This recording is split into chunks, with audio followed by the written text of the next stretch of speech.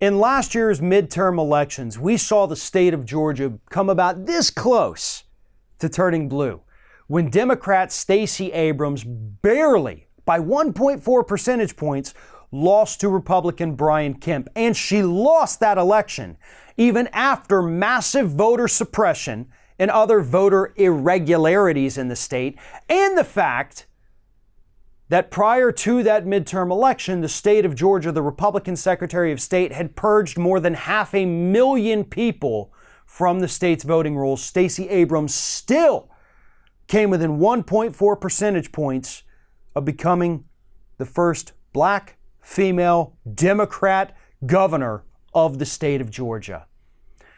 And after seeing that last year, the state of Georgia says, we're not taking any chances. That was too close to call even after we purged 500,000 people and did other screwy things behind the scenes that should be investigated but likely never will. So this year, the state of Georgia has announced that they're about to kick another 330,000 voters off the state's voting rolls. And they're doing it because they passed a law not that long ago that says if you haven't voted in 2 years, you get kicked off the voting rolls. Meaning, for most folk, if you miss one single election, you're out. You're done. Except now they actually do have a new rule where they have to let you know first. Because the 500,000 people I mentioned before, they didn't have to tell them in advance. They just kicked them off.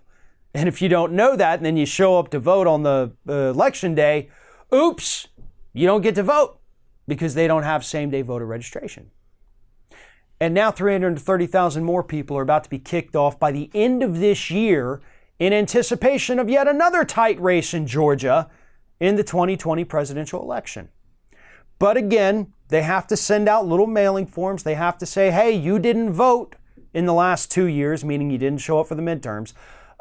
So we're going to kick you off unless you reply to this letter that we're sending you and say that, yes, I'm still a voter. Yes, I'm still here. Do not kick me off. If people in Georgia do not fill out that little form that the state is supposed to mail them, and I'm willing to bet that when the time comes, we're going to see reports of thousands of people who never got the letter, because that's how the state of Georgia operates. But they'll claim they sent it, but they probably never did. Anyway, if you don't return that, you're gone off the voting rolls. And you won't know it until the day you show up to go and vote.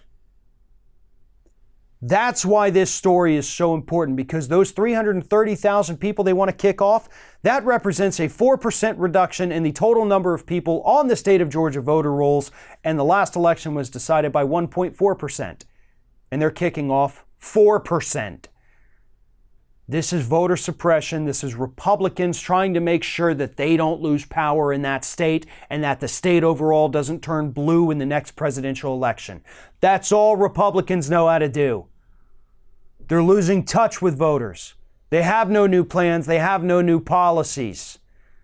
Their elderly base is dying off.